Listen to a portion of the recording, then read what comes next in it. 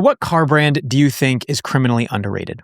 I feel like Cadillac is one that is just low-key crushing it right now with their products as far as like the new electric stuff, the Lyric. They made actually something that's just beautiful. Normally electric cars, Are people buying them? yeah, they're actually selling well. Really? Selling well.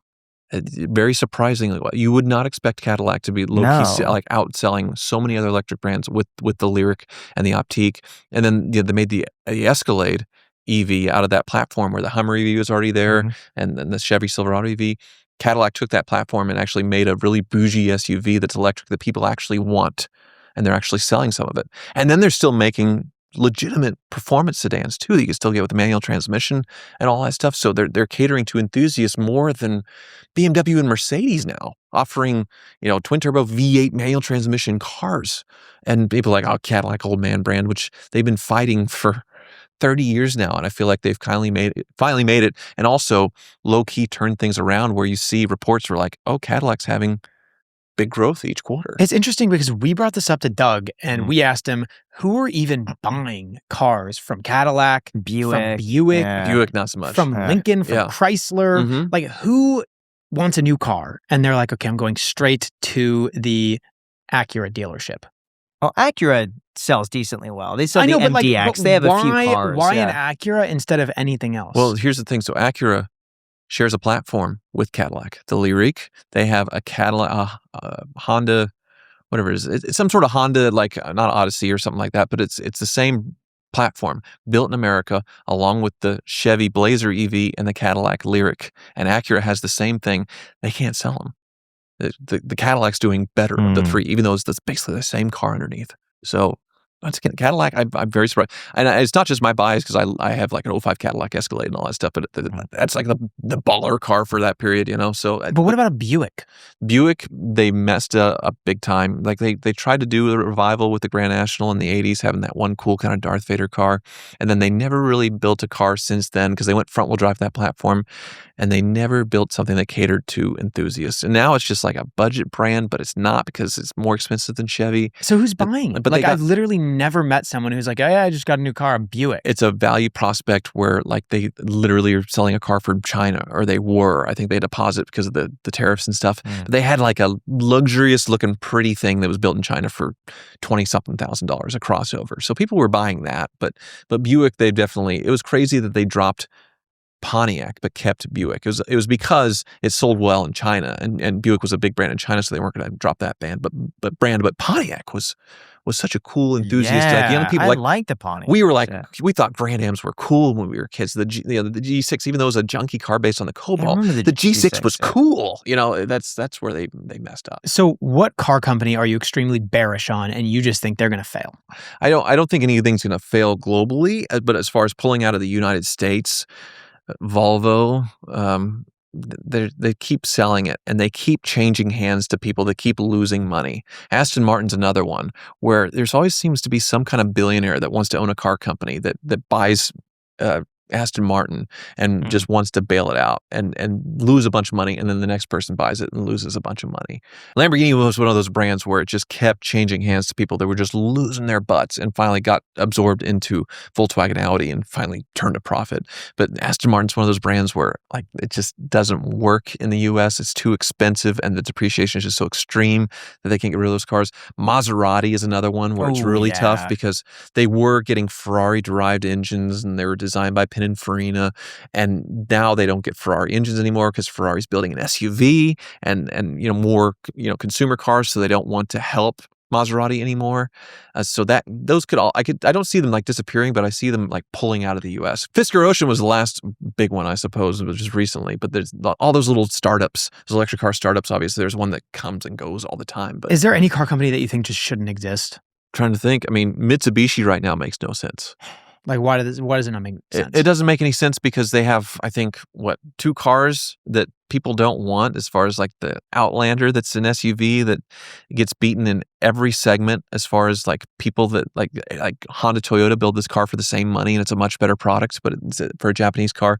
And then their Mirage, which I think they finally quit making. It's a company that's only like, why are they even trying to sell in the US? It's kind of like Suzuki pulled out of the US because they just like, why keep trying? Like, there's no point. Like, our products don't resonate with an American audience. We mostly build little cars for countries that, like need small cars to, like, because they're third world countries or whatever. So they just don't have the product lineup that Americans need. So why continue selling in the US? Why keep trying? If you want to get a car with zero ongoing maintenance, what car should you get? It'd probably be Teslas, I guess. It would be really easy to just keep going. There's like a used Model 3. I feel like it'd be really easy to just, because it doesn't have the air suspension problems. It doesn't have the weird door handles, all that stuff. So that's probably one where it's pretty easy. What do you think? I would say a Tesla. Yeah. Mm-hmm. What do you think of people that drive Teslas? Doesn't bother me at all. I've had them all. I've had Cybertruck. I've had Model S Plaid. I have the Model X now. I don't. They're interesting things to me as far as technology. I think you need a Tesla Roadster. Yeah. In fact, if you want to buy one, really, I might know okay. someone. Yeah. I'm a junkie, but that one's too nice. It's not the cheapest one. It's not had any bad things happen. I guess you've already fixed all the problems. So what's the point, right?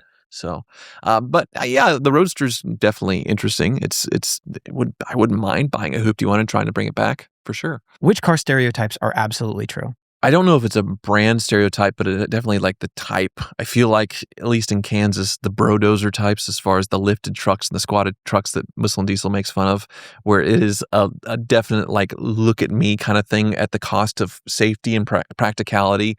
It's definitely an individual that's not like.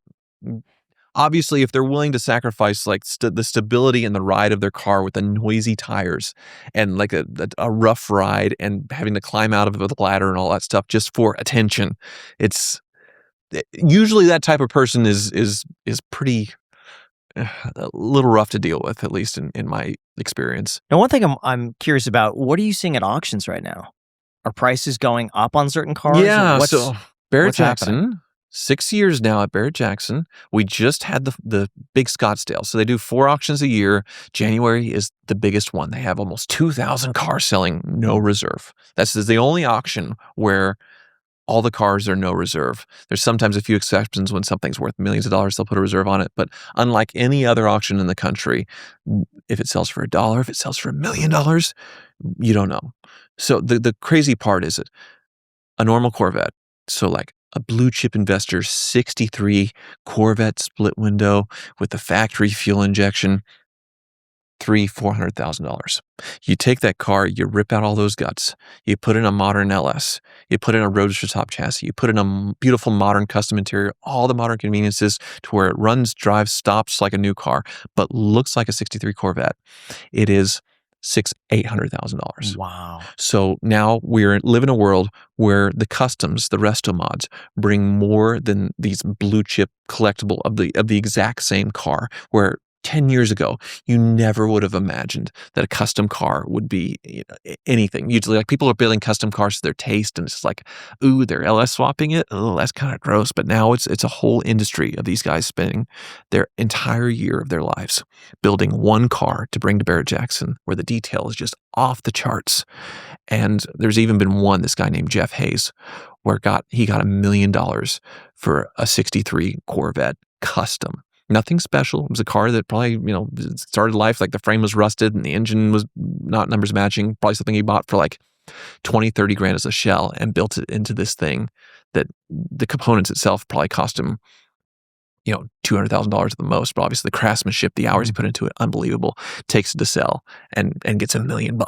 And it's just unbelievable what people are paying for to have that old school retro look and experience, but it doesn't drive like one. And that's been the biggest trend change in the collector car market as far as with Barrett-Jackson. Now, one of the biggest traps with healthy snacks is just how misleading they are. A lot of protein bars, I've noticed, still spike your blood sugar, contain hidden sugars, or contain ingredients you can't even pronounce. And then you're hungry again an hour later. That's why we love the sponsor of this clip, War on Sugar. They make a bar that actually keeps your blood sugar stable, tastes great, and contains ingredients that you recognize. War on Sugar bars are amazing. They're designed specifically to avoid insulin spikes, and their sweetness comes from monk fruit, which is exactly how they stay sweet without without getting that blood sugar response. Plus, they use healthy fats and natural fiber to slow digestion and keep energy steady. And the result is amazing. It's no spike, no crash, and no craving afterwards, just clean, sustained energy that actually lasts. And the ingredients list is refreshingly simple. No sugar alcohols, no preservatives, no natural flavors. Everything comes from real nuts, real fruits, and real cocoa. So whether you're watching your blood sugar, eating low carb or keto, traveling or training, or you just need a grab-and-go bar that actually fills you up, War on Sugar is that bar. They've got great flavors like lemon blueberry, peanut butter pistachio, and chocolate peanut butter crunch. Seriously, guys, I highly recommend it. Just go to waronsugar.com and use code ICED10 for 10% off your first box. Once again, that is waronsugar.com. ICED10 is the code for 10% off your first box. I have a problem. When I eat, I spike and I crash and I cannot focus. I do not suffer that with War on Sugar bars, so I highly recommend it. Thank you so much to War on Sugar for sponsoring this clip.